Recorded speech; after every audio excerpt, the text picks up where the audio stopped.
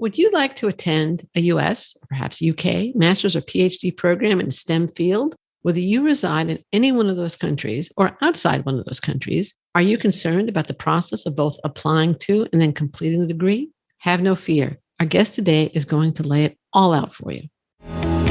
Welcome to Admission Straight Talk, the podcast dedicated to graduate admissions and helping you approach the application process thoughtfully and successfully. Your host is Accepted's founder and world-renowned admissions guru, Linda Abraham.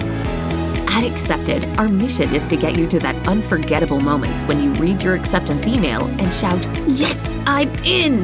Confident you'll be attending the perfect program to help you launch the career of your dreams. Welcome to the 410th episode of Admission Straight Talk, Accepted's podcast. Thanks for tuning in. Before we dive into today's interview, I want to mention a free resource at Accepted that can benefit you if you are applying to graduate engineering programs. That resource is Applying to Graduate Engineering Programs, What You Need to Know. And it can guide you through a process you've never been through before. It's not the same as applying to college.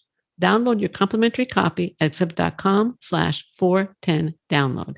Again, that's accepted.com/410download to get Applying to Graduate Engineering Programs, What You Need to Know.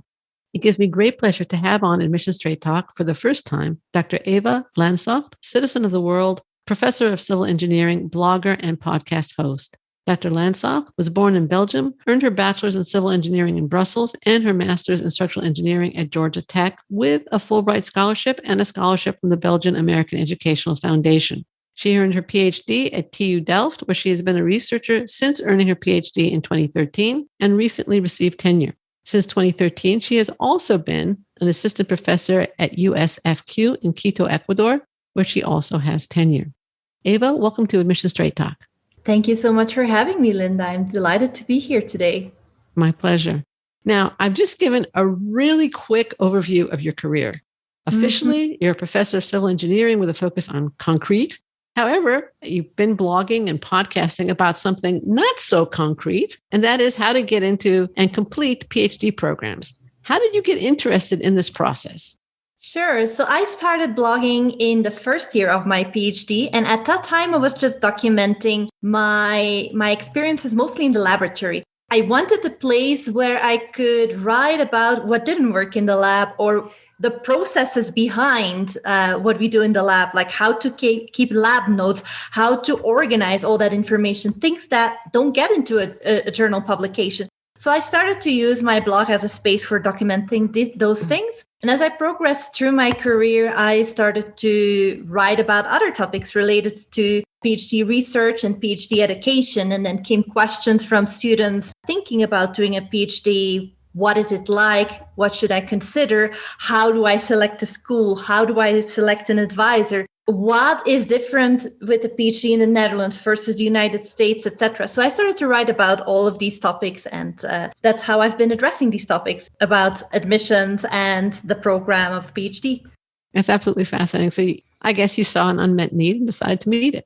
Yes, I think there's a lot of information out there, but I found that especially in my niche of engineering and civil engineering, there may not be that many professor bloggers or PhD student bloggers out there. And I guess I stepped up to the lack that was there and started to address those. And from those questions came my interest in really looking at what is the PhD program like at different universities and why are there these differences and how does that then impact the career of researchers after going through more research-oriented or more coursework and research PhD program?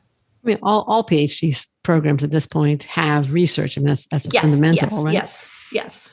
What is the typical process for, and again, I'm sure you can go into enormous depth here, but what is a typical process for earning a PhD in a STEM field? It also really depends on the country, but mostly I've worked in the Netherlands. So what I see is that it is typically, if it's full-time, it will be a 3 to 4 year endeavor. If you do it part-time, of course, it takes at least 5 years. There will always be a time of reading, familiarizing with the literature, defining what is really going to be your research question, the topic that you really want to address. And from that comes then the methods that you will apply. And in a STEM field, that typically has either a theoretical component or an experimental component, or that experimental component can be physically in the lab, or it can be numerical experiments. So that requires typically a large amount of time of either bench work or computer simulation work or a deep theoretical analysis. And from there then comes the interacting with the data, wrapping up everything, getting back to your research question, and then writing the dissertation and defending at the end. What if a PhD student has a hypothesis? I assume most of this research is based on the idea that you're testing a hypothesis, and the test shows that the hypothesis is false. I'm sure this happened. Yes. And I do a lot of experimental work, so I am very well aware of all the surprises one can get in the lab. And there's a lot of things that can happen. It could be that your experimental design is not correct, that you are finding something different in there, or that you are measuring not the correct quantity to address your research question, or you can really be finding something completely new and showing that everything we've known before cannot be extrapolated to this particular case. So it is very common, and it's important then to figure out for a PhD student what's really the reason for this finding. And of course, that can be very difficult. But going through the basics first, the experimental design, the set of parameters that you use, all of that.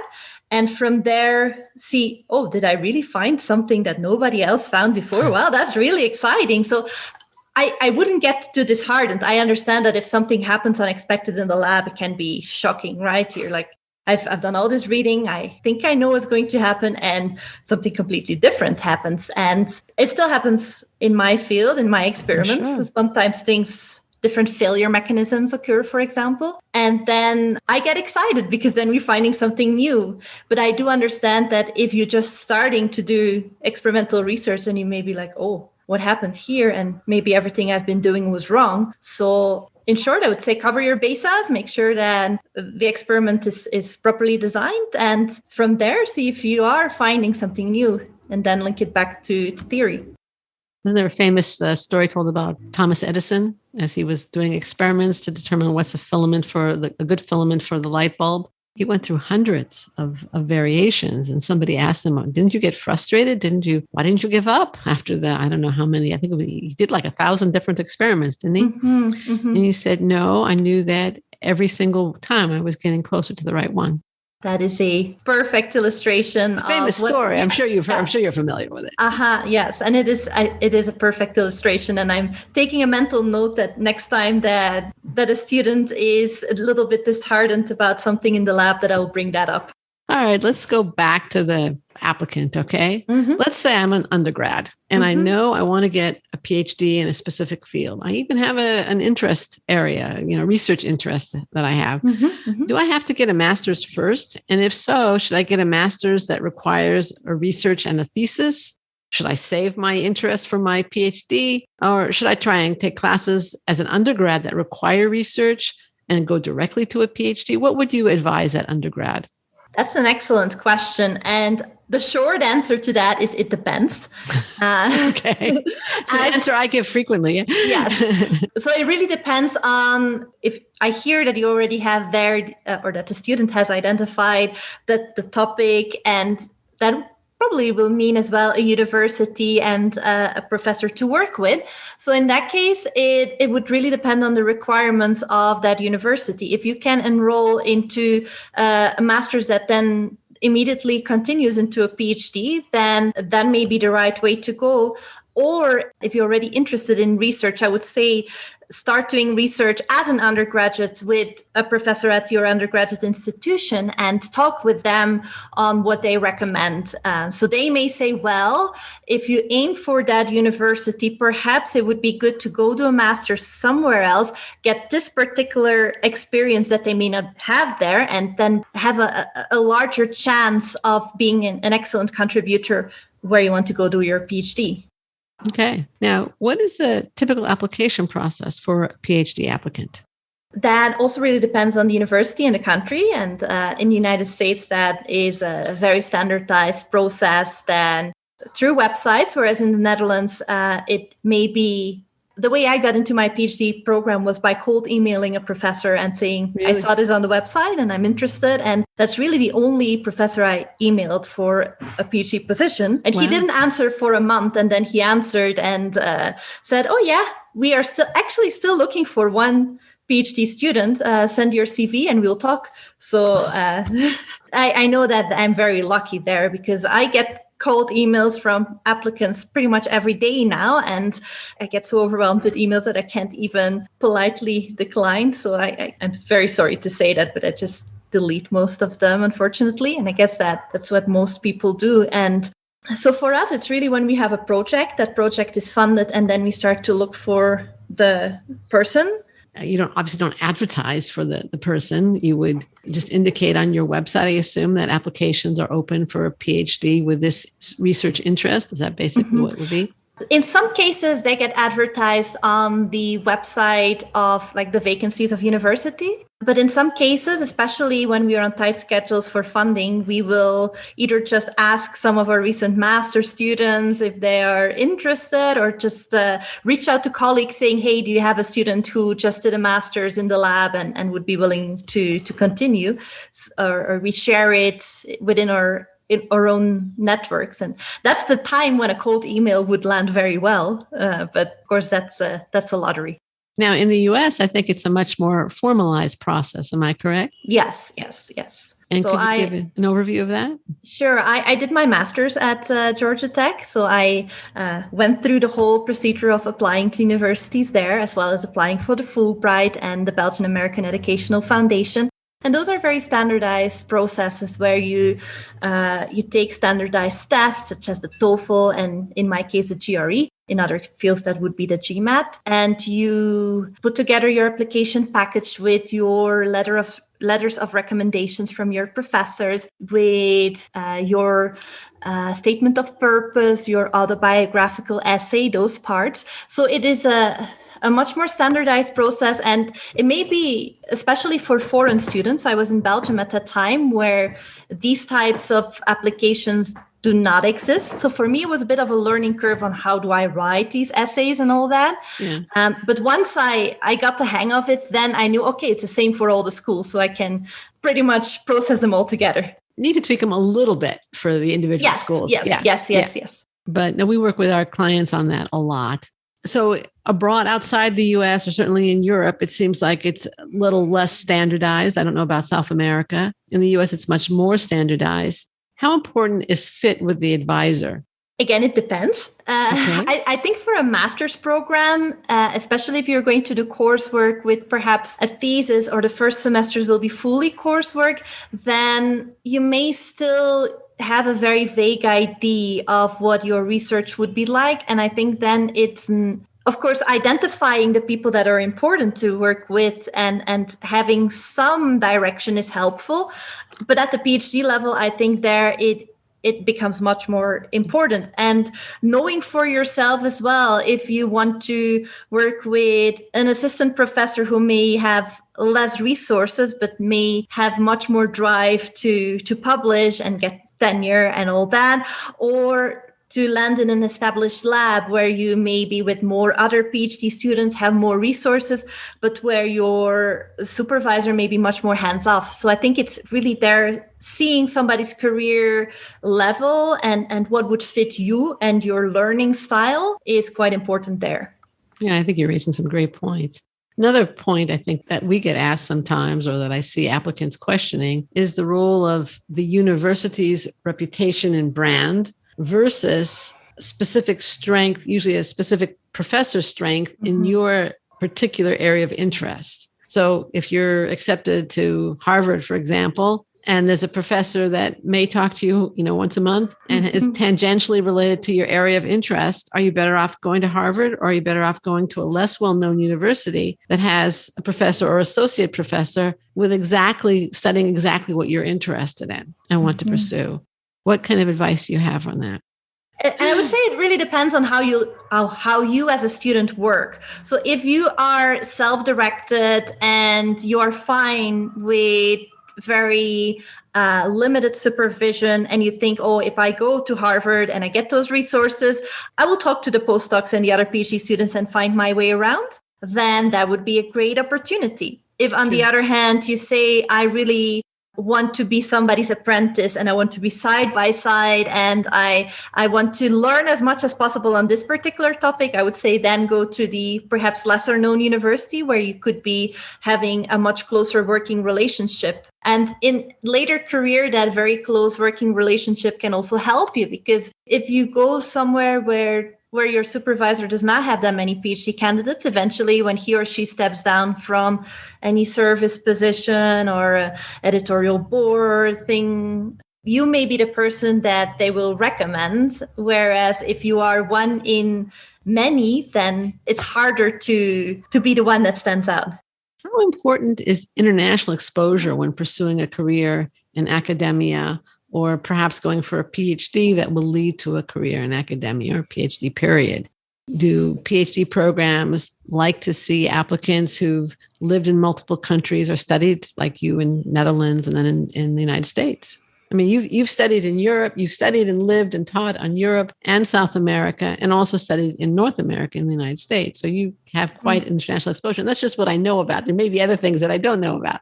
Yeah, I think for me, that was the right decision. But I also understand that, and not for everybody personally, that can be the right decision. Now, any international exposure is good to shake up your thoughts. It's enriching. It enriches you as a human being. Yes, not just working in a different working environment or seeing a different school of thought helps you to be able to see a problem from different angles. And I think that is really something that I've appreciated from going through different countries and seeing different ways that engineering is being thought, and like Belgium is very mathematical. Every engineering problem would be written out as a differential equation or something like that. And we see things very mathematical. Whereas in the United States, engineering is very hands-on, very practical. And then in the Netherlands, it is also more practical, but then very entrepreneurial as well. So I've appreciated those different angles in being in these different places and learning from that. But I also understand that there's many family situations, personal situations where that may not be the right decision, and that committing to a full study abroad may not be the right thing for you. But there's always opportunities to go for a short term. So you could always be a shorter amount of time abroad. And I think especially for PhD students who may already have some work experience and already have a family and their house and everything, that it's not the right time and season in their life to move to another country and shake everything up. But then still, if they have the opportunity to go for 6 weeks to another lab, that would still be very enriching. So I wouldn't write it off completely, but see what would be a right fit for the right person. Makes sense. Sounds like it's a nice to have, but not required. Indeed, yes. What do you think would surprise international applicants to US, MS, or PhD programs? We work with a lot of international applicants. Mm-hmm. What surprised me was the level of standardization, as I mentioned before. In Belgium and in the Netherlands, things are much more haphazard especially at the PhD level. When I did my first master's in Belgium, it flowed directly from the bachelor, so there was no cut in between and no application process. So the level of standardization was something that surprised me. I hadn't done standardized testing in I don't know how long, so that was had to get used to it again. And I have my own ideas about that, but it's one of the things that are part of it. So you got to practice for it and do your best and rise to the occasion of it. Then I was also surprised to see the difference between the schools that even though they all offer. I was looking for a master's in structural engineering at the time, and I was interested in concrete structures. But of course, every university has its own special sauce because they have their own research that they do. So I was coming from a small country where we didn't even have a concrete professor at the University of Brussels. He was from another university. So just seeing that there's so many people working on the topic in a large country like the United States was for me a big surprise. One of the things that I've noticed that sometimes internationals struggle with when applying to U.S. programs, and correct me if I'm wrong or if you have a different view of it, is that apparently many times outside the United States, especially in Asia, I think, it's very much your test scores and your grades, or just your grades. And the concept of other qualities being sought by graduate school is just foreign. It's very simply foreign. So I think also on the PhD level, it may count a little bit less than on for some other graduate programs, but I still think that's something that internationals struggle with. Did you have the same experience, or what are your thoughts on that? The idea that you have to do a statement of purpose and a personal biography. What does it matter if I get the grades? Who cares? I think in my case, I've always been a little bit of an odd duck. So for me, I think it was one of my strengths. I've always been very active as a musician as well. So that's also something that I wrote on my autobiographical essay. And I remember when I went to interview for my BAEF, Belgian American Educational Foundation Scholarship, then one of the jury members said, "Oh yeah, you're that engineer musician, right?" So I knew at that time, like, oh yeah, that's the thing that stuck with them. And that's also something that now I tell my students when they apply to go do their master's in the United States. Your scores are excellent. Your GPA is great. You're going to be at the same level as all the other 3.8, 3.9 GPA students from all the rest of the world. So show them who you are, what makes you, what makes you unique. So I think that is really what a professor looks for as well, right? You're still working with another human being. Absolutely. That's great advice. That's just great advice. Now, if you were to look at, let's say, UK programs, PhD programs, we've touched on some European ones, obviously. What would surprise somebody applying, let's say, to a UK program or a South American program? When it comes to the UK, then, of course, it's very different from continental Europe. And I think we need to acknowledge that as well, that there is a very large difference in the nature of the PhD as well as in its defense. I'm currently working on a book on the topic of the PhD defense, and the Viva from the United Kingdom is very different from the defense in different parts of the world. So the traditional, and there is variations of the Viva in the United Kingdom, but typically it will be a closed examination. So the defense in the Netherlands, for example, you can bring your friends and family, and in the United States, you can bring your friends and family. There may be a part where you're just alone with the committee, but your presentation is open to everybody. In the United Kingdom, this is going to be closed, and you typically have an external and internal examiner. In the traditional sense of the Viva, you are in a room closed off with just these two people that grill you, and that will then give a recommendation on your defense or Viva, as well as your PhD thesis. Whereas, for example, in the Netherlands, you have a committee of a lot of people, which will include your promoter or supervisor as well. There are variations in the UK where the supervisor can be in the room to take notes, but not ask questions. And in some cases, there will be a chair of the department as well to make sure everything kind of follows the rules. But traditionally, it's just an internal and external examiner in a closed room with a PhD candidate that can be a very difficult exam to pass. Whereas it's intimidating. Yes. Whereas in the Netherlands, for example, we have these committees of 8 people. There's very ceremonial, the defense. So you have it's called the beadle, and that is a person who has a ceremonial role in the university. So they have full regalia and a very long stick, and they come in with the committee. They place the committee in their place, then they go back. And after exactly 1 hour, they come in and they tap the floor with that stick and say, "Hora est," it is the hour, and then you're supposed to enter defense. So it's very, very ceremonial, caps and gowns and everything. Standard sentences to address the PhD candidate. Take off the hat or put on the hat? There's very, very strict protocol.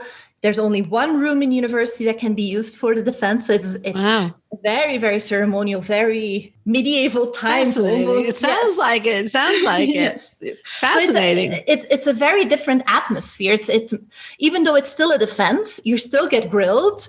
You're still nervous. It also has that very ceremonial and celebratory aspect to it. And really with the caps and gowns and Is the conclusion, is the outcome for sure that you're going to get the PhD? Even is the defense more of a ritual than a reality? Yes, because you get the degree. You get the degree at the end of that. After that hour, the committee will sign, and then you get your degree. So it really is the commencement and defense all rolled together. So it's the culmination, not one more step on the way. Yes. Wow, yes. That is a big difference. I had no idea. It sounds fascinating. Then the months before the going back and forth with the community is really the time that it takes to get the thesis up to speed.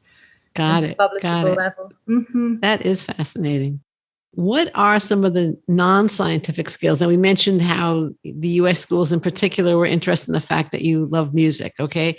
But are there non-scientific skills that you need to succeed in a PhD program and in academia? Mm-hmm. I think these are very important.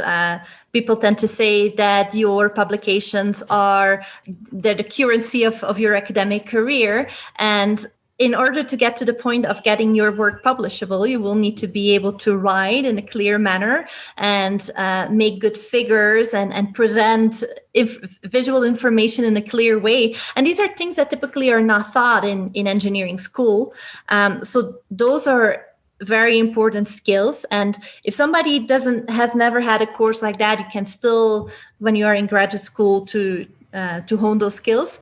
I had the chance of taking a course on writing and presenting during my master's at Georgia Tech. And I still credit that course to a lot of what came afterwards as successes in my career, because in that class, I really learned how to write clearly and how to present formulas and complex mathematical elements in a clear way that the audience could follow. And I think those are such important skills. That's great input. What are your top tips for getting funding for PhDs? Because that's obviously critical. Mm-hmm. Yes. It depends on the program as well. For example, if you go to the Netherlands, you may be hired on a funded project, and then that is different from going somewhere with funding either from your home country, an institution such as a Fulbright, or getting an excellence scholarship, or any of these opportunities. Again, when you apply to scholarships where you are, say, if I am an engineer interested in concrete and I'm up to somebody who is going to work on cancer research or baby hearts, as I try to often say, maybe my research will be the less attractive to a committee because, concrete is gray and boring. I'm in Los Angeles where, you have a lot of earthquakes. So concrete is a little bit less boring.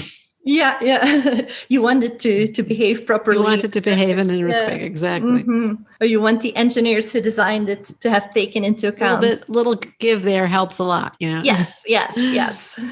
I live actually very near to a place where the freeway actually fell down, and tragically, in the 1994 earthquake. But and I always try and get out from under that underpass. Mm-hmm. But anyways.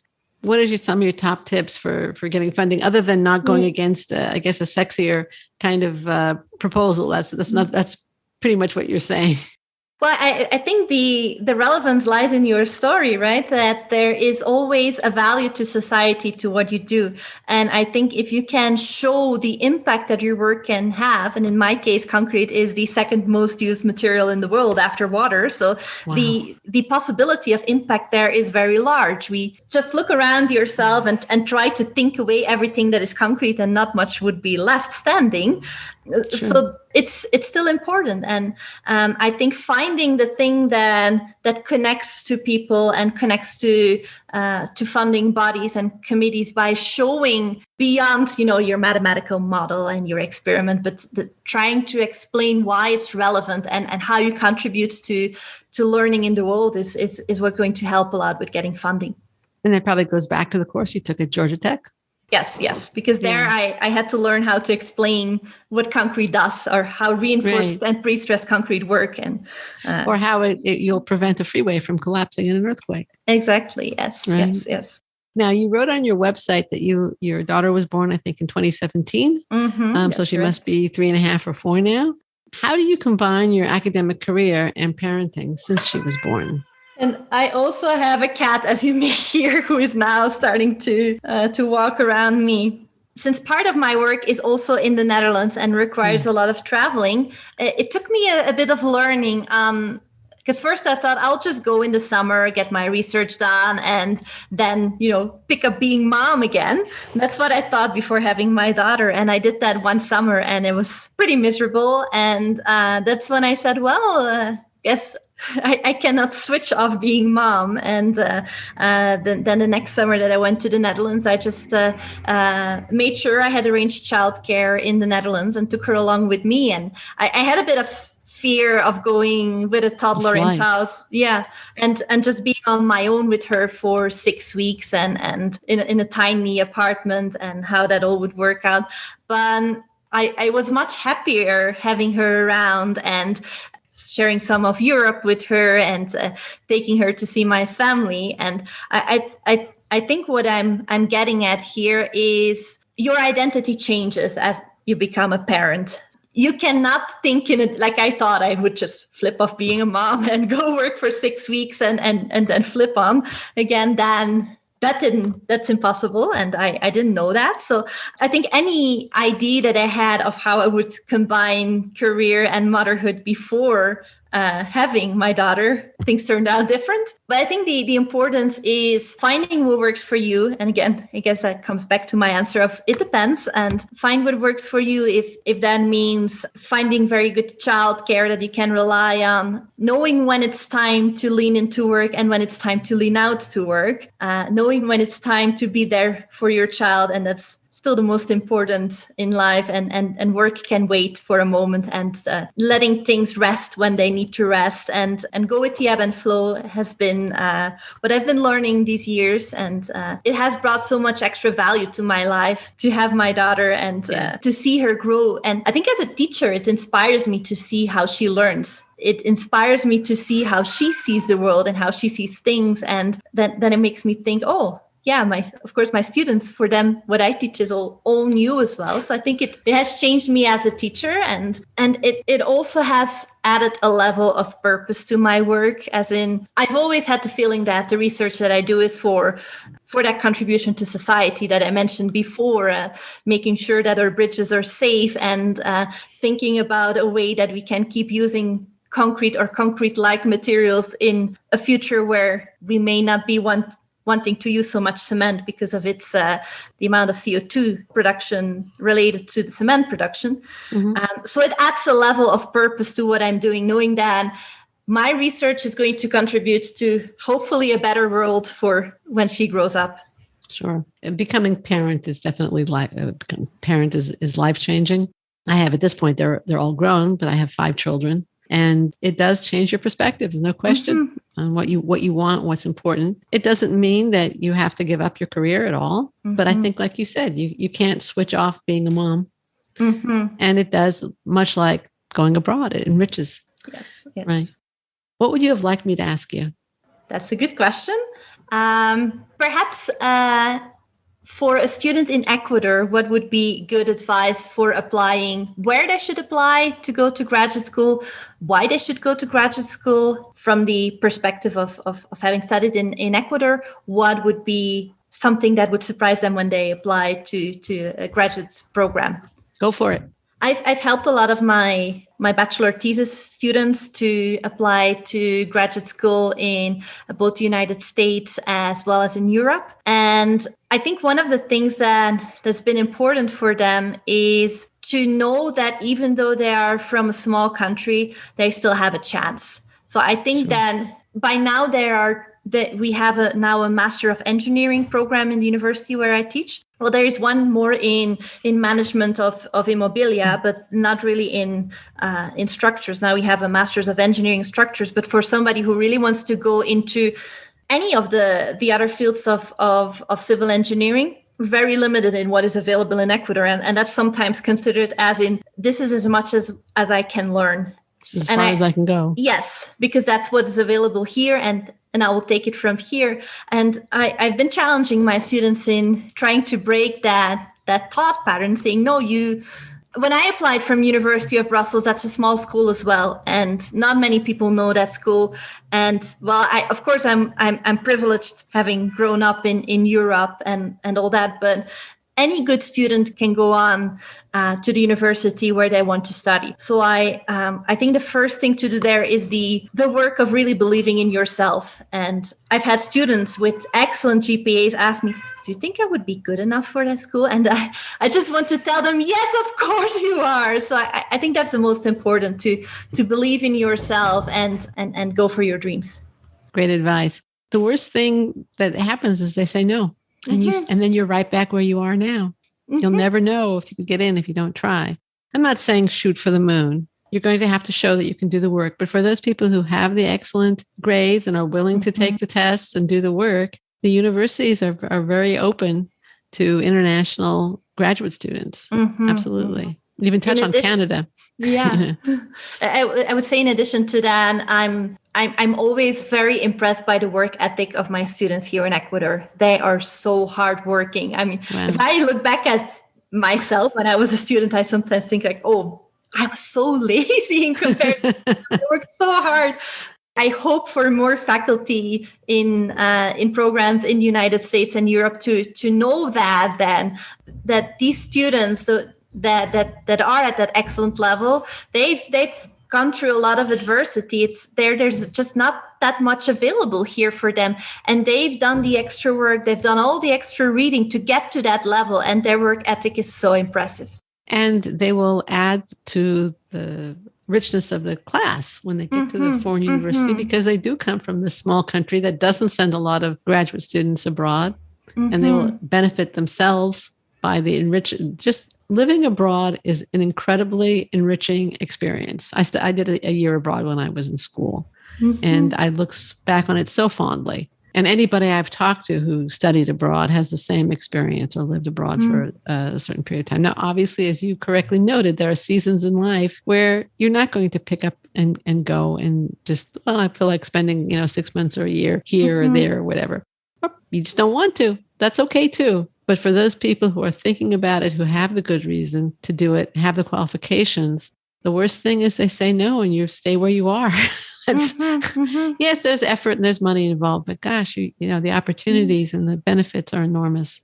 Eva, I want to thank you so much for joining me today. This has been absolutely fascinating. I've really enjoyed it. Where can our listeners find you online? I know you have a blog, you have a podcast. Can you tell us where they can find you? Yeah, so my website is evalansocht.com. That's EVALANTSOGHT.com. Okay.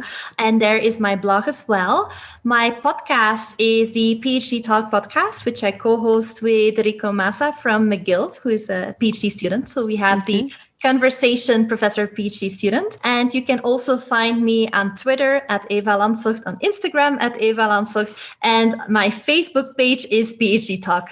Okay, wonderful. Thank you again. We're going to include links in the show notes at accepted.com/410 to Eva's website, as well as to her podcast and maybe some of the social media also that she mentioned. And a quick reminder, don't forget to download your free copy of Applying to Graduate Engineering Programs, What You Need to Know at accepted.com/410 download.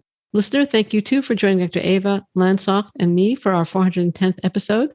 I want to invite you also to participate in this month's Thank You for Your Review contest. One listener a month who leaves a podcast review on Apple Podcasts, also known as iTunes, will win a free 20-minute consultation with me. You can leave your review at lovethepodcast.com/AST. Again, that's lovethepodcast.com/AST. I look forward to hearing from you and speaking with you. Thanks again for coming. This is Admission Straight Talk produced by Accepted, and I am your host, Linda Abraham. I'll talk to you again next week.